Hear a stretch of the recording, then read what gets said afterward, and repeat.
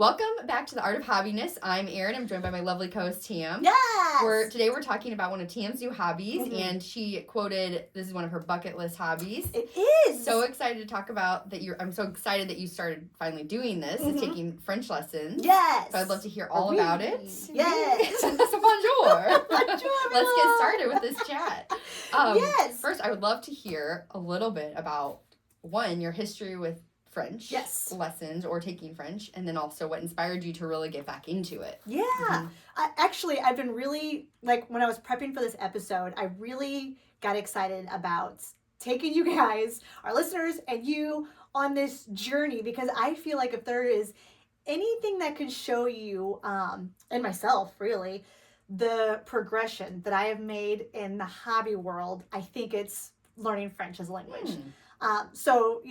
First intro to learning French as a language in high school. I think everybody had to take a foreign language, right? Yep, mine's Spanish, yep. Was it really? Yeah. So I took French. I don't really know why I picked French. I think it just, nobody else was really doing it. It wasn't the popular one. I guess I just was trying to be original, whatever.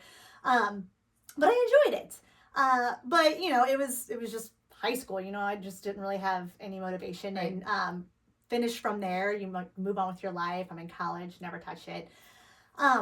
And then, I get to a point where I fast forward and I get established in my career early on, all those years ago. And that's when I think I first started realizing the early phases of the hustle and burnout, very early in my career. I realized how much I just put my head down and really was a studious, high-achieving student, get into a high-achieving job, and I was like, now what? At that point in time, I didn't have kids. I was with my long-term, husband. Long-term husband, I don't know what that is. Long-term boyfriend, now husband. Well, maybe some people have short-term husbands. I don't know. But anyway, I was with my husband, but we weren't quite husband and wife yet. But, we were in that phase, and, I was just starting to feel like, oh, there's what about me? What have I been doing this whole time? Where's the fun? And so at that point in time, I actually was working out in Creve Coeur. So the drive for me was 45 minutes. And it's actually where I first was introed to podcasts. Oh, no way. Yeah, I found, I was trying to think of how can I make use of this commute time? It just felt like such a tedious thing that frankly was just miserable. And doing I think it was right around New Year's, everybody's looking for, a New Year's resolution. And so I was like, well, maybe my New Year's resolution is maybe I circle back to French, because in Googling ways to make use of your, commuting time, I was seeing a lot of learn a foreign language. Sure. Yeah. So I was like, all right, let's give that a try. So I discovered this podcast called Coffee Break French. Oh, yeah. I remember us talking about that many years ago. Yeah. And so I used that. It's really quick, 15-minute episodes, which is great because I could power through a couple of them, line a couple of them up before I got on the road, listen to them all the way there. And then, I would get through 6 or 7 episodes in a day. Yeah. Enjoyed it. I really did feel like I was making use of my commuting time. But then I got... moved to a location closer to home. So then I kind of lost that time, and then I just didn't utilize that time to be, learning the French. So I kind of just dropped it again. And then, continued to have this challenge of finding something for myself or, prioritizing that self-time. And then I think it was. I feel like right around that time was you started having children too, right? Yeah, absolutely. That's a great point. I feel like circling back to that, I remember this point in your life because I remember us talking about it, and I also, we had plans. I don't know if you remember this, but we had started talking about let's go on a trip to France together as a couple. Yes, and I started doing Duolingo at the time. And you were doing that, and I think you maybe did Duolingo too then at that point. I remember doing that for a little while. And I think, and correct me if I'm wrong, that you got pregnant with Lennon, and that was why you couldn't go. Oh, or we ended up not being able to go. I think you're right. Because I think you even bought Pat luggage for Christmas. I did. And like then something I think it was that. I think you got pregnant. Yeah. I think you're exactly right. I was like, this is gonna be the year. We're gonna travel. We're gonna do it, and I'm gonna and I was trying to look for a reason to put a priority. Make yourself accountable for the French and doing all that. Like, because like I said at the beginning, you had told me this was kind of going to France, learning French is one of your bucket list items, and all these things, just a testament as you're getting to that, like things life happens, right? Happens. Roadblocks happen, and you can't always commit to it as much as you like. Yeah, no, you're absolutely right. Fast forwarding to now, right? Kind of is where you're at. So tell us a little bit about that. Yeah. So actually, my in-laws, Peggy and Rick Hayden, wonderful, wonderful people that they are going to be celebrating their 50th wedding anniversary. Oh, that's amazing! Which is just incredible. Everyone should admire absolutely. that. They have decided that they want to go to France for their anniversary, and out of the kindness of their heart, are taking their family with them. It's amazing. Really, truly amazing, and it really got me I was like, this is it. This is my moment. A bucket list item. I'm going for it. And so I really was like, okay, I'm going to get back into the French again, right? And so I got the Duolingo app back on my phone. I'm listening to Coffee Break French again, supporting my podcast folks, right? And then what really was kind of great too is this time I got to add an element of Lennon has a classmate whose mom is a French teacher. Oh, wow. And she is, I just happened to mention to her that I was wanting to do this, and she was like, well, I'll teach you. I can kind of take you under my belt, and we can do some classes, and we can even pull our daughters in because she's, wanting to teach her daughter French. And was like, well, I can pull Lennon in. Lennon loves to try to do these hobby things with me. So I've got Duolingo, I've got Coffee Break French, I've got teaching going, and I feel like in reflecting all of this, trying to prep for this episode, I was like, something that I noticed was I feel like the French is sticking this time, Yeah. I feel like it's been 15 years of me every New Year's resolution saying, this is the year I'm going to learn French. Yeah. And I started up for a month. Yeah. And then I fall off that, train of, momentum. Whereas with this, I feel like there's a couple of things compounding on why I feel like it's kind of sticking this time.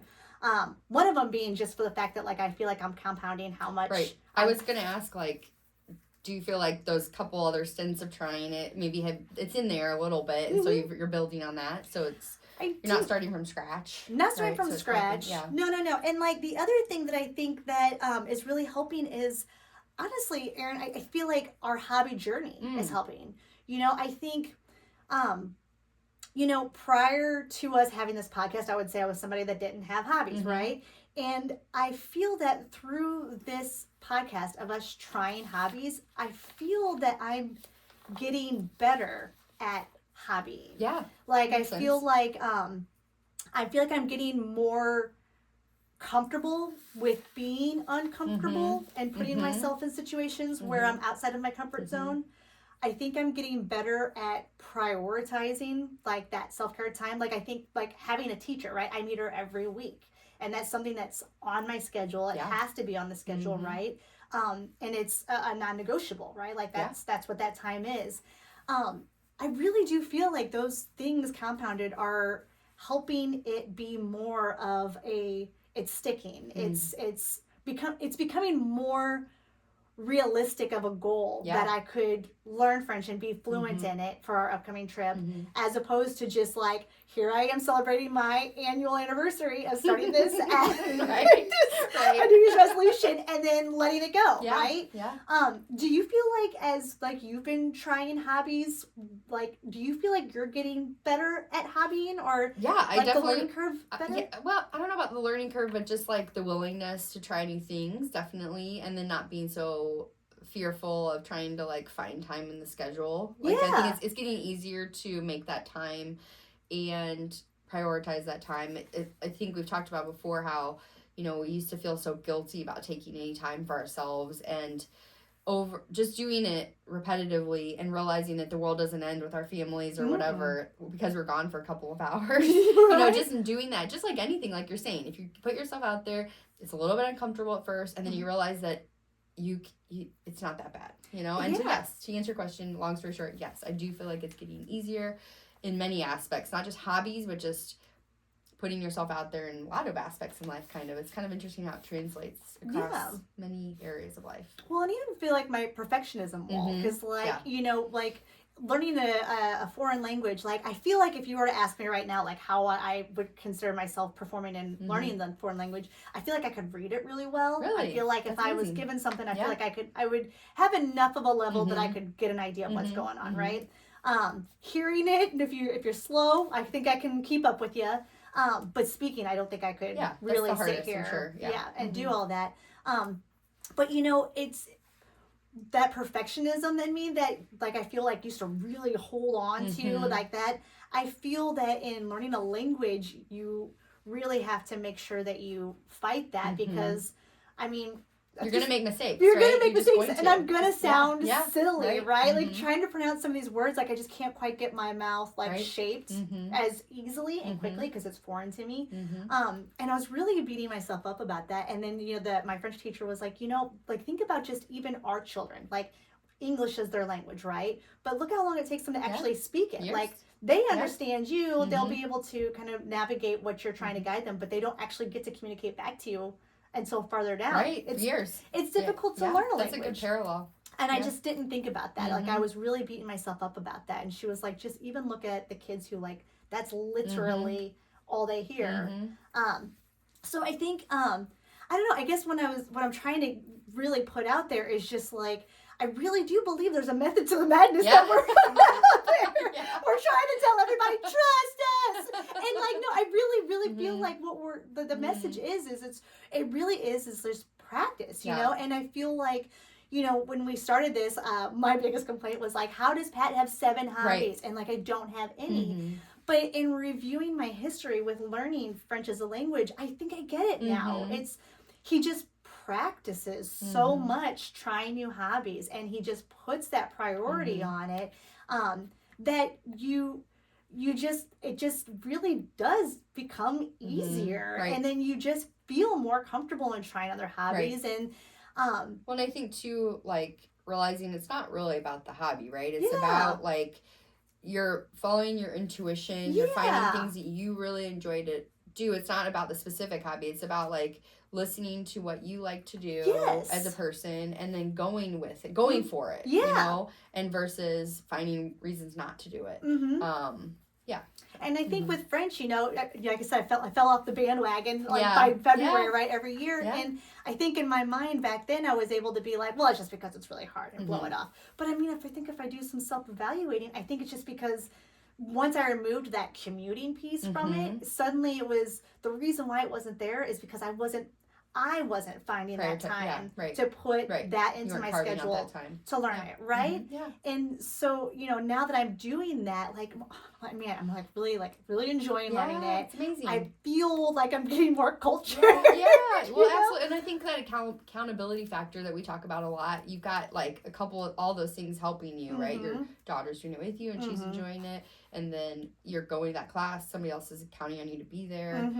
And then the upcoming trip. I mean, that's kind of like the goal, the end goal, right? That's the reward. Yes. Like, my God, reward. I didn't even think of it that way. It's my reward for working like so hard to put that priority on there. That's a really good point.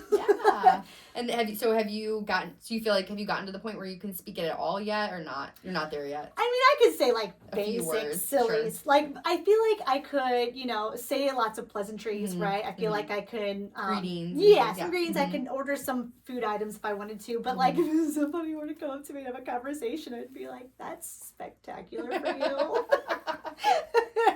And wait.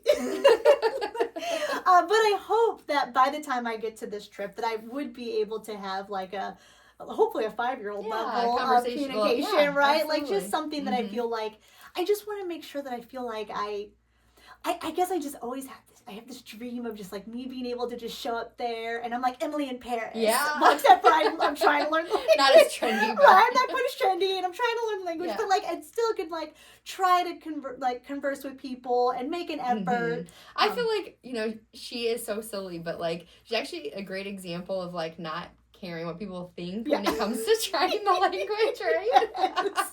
So I appreciate that aspect of it. So yes, so that's where I'm at. Is Mhm. French was an opportunity for me to really encapsulate what hobbies have been for me, I love that. what that's looked like, and it helped me see the growth that I've made in the hobby arena. And I feel like I could say I'm starting to master like the hobby trying arena. Yeah. Right? I feel like I'm moving away from that perfectionism Tamara, that person that's got to do it all. Taking back your time. I'm taking back some time for yourself. And you Finding know out what? who you are. The crazy thing of it all, when I say crazy, I'm saying crazy to Yeah. myself. The crazy thing of it all is not a single person has been upset with me Yeah. for doing Yeah. it. Nobody has made me feel bad for Yeah. it. Pat has been undeniably supportive. My daughters are finding stuff that they like. Like, it just shows that, like, literally no one's gonna die with you trying. Right. You just take time for yourself. It's you can feel guilty in the beginning. That's normal. Just keep practicing. You're gonna get really good at it. And like, I can tell you that doing French this time, I've had zero guilt in trying to do it. That's amazing. Yeah. That's such a cool place to be. 2 thumbs way up. Yeah, 5 out of 5. 5 out of 5. That's amazing. That's sort of a sink out of sink. I think that's fine. Well, I love it. So that's so inspiring, Tam. Oh, I think I'm so proud of you and happy for you that you Thank found you. something you really like, and that I look forward to seeing it progress. Yes, know? my journey. Yeah, it's Next so time cool. we'll do this episode all in French. Yeah, that would be amazing. Maybe like in 6 months. Okay, right? 6 months. Fair enough. But no, I think it's very inspiring to see your journey, hobbying journey, and you know, just becoming more confident in that, and just in life in general, right? So I think that's so cool. Thank you. So, well, I hope our listeners enjoyed this episode today about Tam learning French lessons, but it's also so much more than that. Yes. We hope that you want to follow us, and we'd love if you give us a 5-star review. That would mean so much to us. But, really just we're all about diving into self-care and prioritizing me time, and with a dabbling in hobbies. So we hope you follow us on our journey. We'd love to hear from our listeners about what they're doing in their lives that's helping improving their lives. So come back for more. Come back for more. Bye.